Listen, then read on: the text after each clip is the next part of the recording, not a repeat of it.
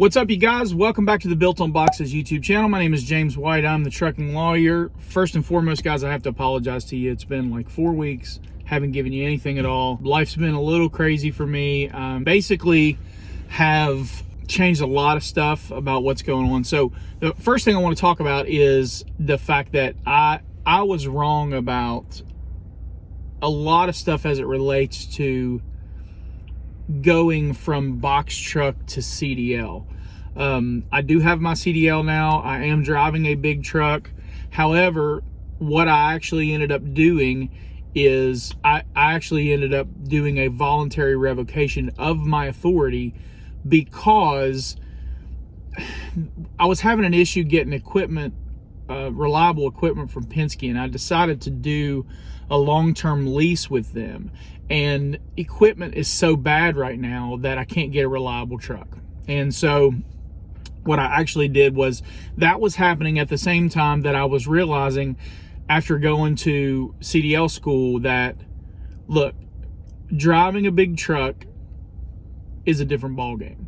The idea that I had in my mind that you can just jump into a big truck and go drive it and be an owner-operator was, in retrospect, well, I'll just be honest, it was crazy.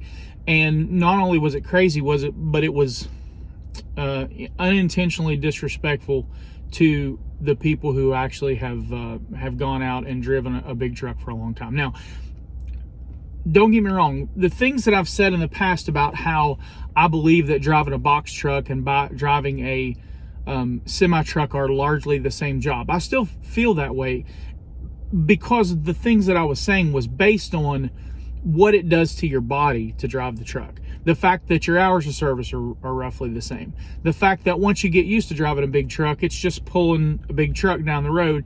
It's, you know, the big differences are maneuvering the truck backwards. You know, maneuvering the truck forward, as long as you can be mindful of the fact that you've got 53 feet behind the end of your cab, roughly, you know, probably 57 feet, 58 feet behind the end of your cab. Once you get used to that and you learn how to maneuver the front of the truck as you pull away in order to keep from hitting stuff with your trailer, going forward largely resolves itself. It's not that big of a difference between driving a straight truck and driving a big truck. But driving, backing a big truck is a completely, entirely different ballgame. Now, I still hold to the theory that when you can transition to a CDL truck, you will make more money, and it is a better approach because of the fact that, again, driving a truck is driving a truck. Now, again, there are going to be some different skill sets. So I wasn't wrong about the fact that driving a truck is the same as far as what it does to your body. And, you know, the ultimate point that I was trying to make was that you're going to be sitting in a truck for 70 hours a week, you know, 5 14-hour days in a row, and semis are going to make you more money. And so if you're going to drive 11 hours a day and you're going to do it behind the wheel of a big truck where you can give your life with literally, you know, some little thing happening or some crazy person pulling out in front of you, which I've now labeled regular cars as tiny murder machines, because you would not believe the number of times that people just, without regard at all for anybody's life, pull right out in front of you. But anyway, I don't want to get off on a tangent on that. But the bottom line is, what I decided to do was, because I didn't want to continue to pay, you know, $3,000, $2,000, $3,000 a month for commercial insurance while I was trying to work on the equipment issue and while I was learning to drive a truck safely. That was happening at the same time that I was realizing, hey, this is a bigger deal than I thought it was. And so first and foremost, I just want to apologize to people who, you know, kind of heard what I said about, you know, I'll just jump in a truck and drive. I didn't mean to be disrespectful, and I didn't mean to discount the skill set that it takes to do that. And so I was realizing that, look, you need some time. And so what I actually did was I took a job as a truck driver for a local company. And I drive for them now. And so I'm going to do that for a couple months, probably 3 months in total. I've been out on the road now for about a month. That's the reason that there hasn't been a video in like 4 weeks. I'm just trying to learn, trying to figure it out. And I haven't really known what to address next in my journey. But the other issue that I had or created for myself is that I kind of hamstrung myself by promising in my last video that the next video that I put out, I'm going to have a t-shirt available for you.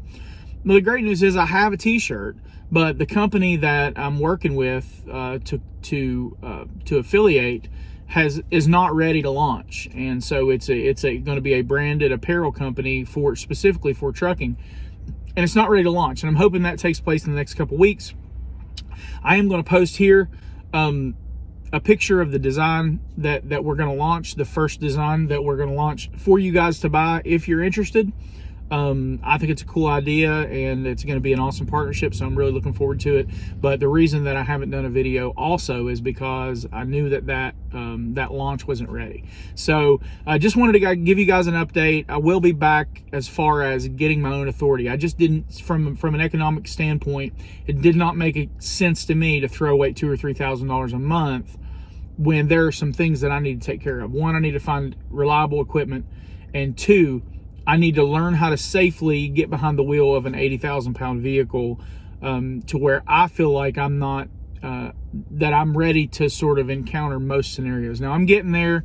Like I said, I've been out for about a month now, actually driving big vehicles. And so I'm feeling a lot more confident than I was a month ago.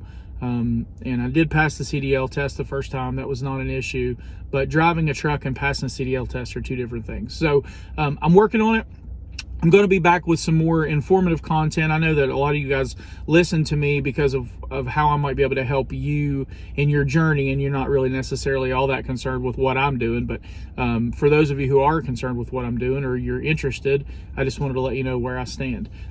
So that's where I'm at. I'm going to, like I said, I'm going to drop a picture of the t-shirt design that we're working on so that you'll have an idea. And then in sometime in the next couple videos, hopefully I will have a link for you to be able to purchase it.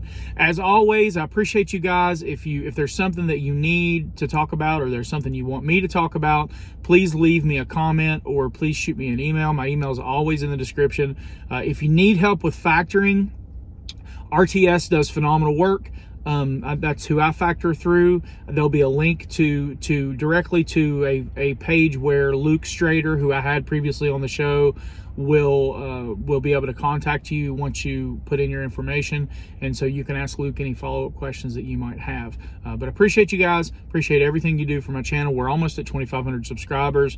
Everything is going great, and continue to look forward to the future and what we're going to be doing. In the next couple videos, I'm going to be doing an update on the ice cream truck. We've had an awesome season, averaging $10,000 a month out of the ice cream truck. And somebody asked me to do a day in the life of the ice cream truck kind of thing. We're going to talk about that. I'm going to talk about freezer organization. So we're going to be more geared towards teaching you guys about how the ice cream truck is set up and that kind of thing. So we're going to be doing a couple other videos on that. So just wanted to pop in, give you guys an update, let you know where we're at. Thank you guys so much for hanging with me, and I hope you guys have a phenomenal weekend. And I am proudly wearing my orange today. It's probably the only SEC game that we're going to win all year, but we laid the smackdown on Missouri today. So I'm not going to discuss politics on here, but it is football season, and I will talk smack the one weekend that we actually win in the SEC, because as you know, if you know anything about Tennessee football, you don't really talk smack till after the game because you never know how it's going to go. Actually, you have a pretty good idea how it's going to go, and that's why you don't talk smack before. Anyway, thank you guys so much. Hope you have a great day.